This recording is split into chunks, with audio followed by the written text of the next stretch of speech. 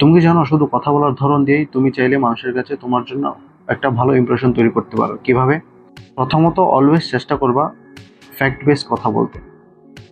Fact ছাড়া, যুক্তিতর্ক ছাড়া always চেষ্টা করবা কথা এড়িয়ে যেতে। ধরো সামনের মানুষটা তোমাকে কিছু বলছে, তুমি ওটার মধ্যে ফ্যাক্ট কিছু খুঁজে পাও নাই, যুক্তি খুঁজে পাও নাই, রিয়ালিটি কিছু খুঁজে পাও নাই, চেষ্টা করবো ওই কথাতে তুমি তাকে আনসার দেওয়া থেকে এড়িয়ে যাওয়া যে কোনো মূল্যে। ওখানে চুপ থাকাই তোমার জন্য সেফ। আর চুপ থাকাও কিন্তু কমিউনিকেশনের একটা অংশ। ওকে। আর দ্বিতীয়ত, অলওয়েজ চেষ্টা করবা সহজ সরল ভাষায় কথা বলতে। মানে অলওয়েজ ন্যাচারাল থাকতে। নিজেকে খুব বেশি ম্যাচিউর দেখাইতে গিয়ে অনেক কঠিন কঠিন শব্দ উচ্চারণ করলে আমরা মনে করি আমরা খুব বেশি স্মার্টনেস দেখাচ্ছি। নো।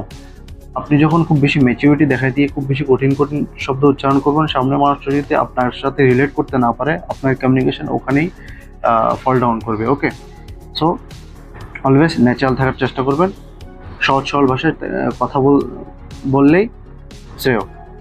তৃতীয়ত, চেষ্টা করবেন হাসি খুশি থাকতে, নিজের মধ্যে একটা পজিটিভ ভাইব রেখে সামনের মানুষটার সাথে কমিউনিকেট করতে। কেন আমরা অনেক সময় মনে করি যে নিজেকে একটু গুটিয়ে রাখলে, সামনের মানুষটার প্রতি একটু স্যাড স্যাড ভাব দেখাইলে মনে হয় ও আমার প্রতি একটু মনোযোগ বেশি দিবে। নো। আপনি যখন নিজের থেকে একটা পজিটিভ ভাইব ক্রিয়েট করতে পারবেন, হাসি খুশি থাকতে চেষ্টা করবেন, হাসি খুশি থেকে তার সাথে কমিউনিকেট করবেন, কথা বলবেন, অটোমেটিকলি আপনার পজিটিভ ভাইবটা সামনের মানুষটার মধ্যে রিফ্লেক্ট করবে। ওকে। আর সবচেয়ে গুরুত্বপূর্ণ, অলওয়েজ চেষ্টা করবেন, চেষ্টা না, অলওয়েজ সামনের মানুষটার কথা সে কি বলছে সেটা মনোযোগ সহকারে শুনবেন, শুনে পজ নিয়ে তারপর উত্তর দিবেন। ওয়ার্ড বাই ওয়ার্ড সে কি বলছে সেটা শুনবেন, অনুধাবন করবেন, তারপর উত্তর দিবেন।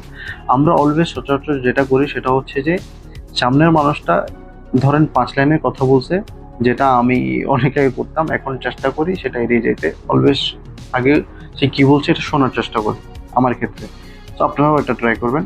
সামনের মানুষটা যদি 5 লাইনের কথা বলে, কখনো প্রথম লাইনটা শুনেই নিজের মধ্যে থটস ক্রিয়েট করে একটা উত্তর বানিয়ে বসে থাকবেন না যে সে কখন শেষ করবে আর আমি উত্তর দেবো। নো।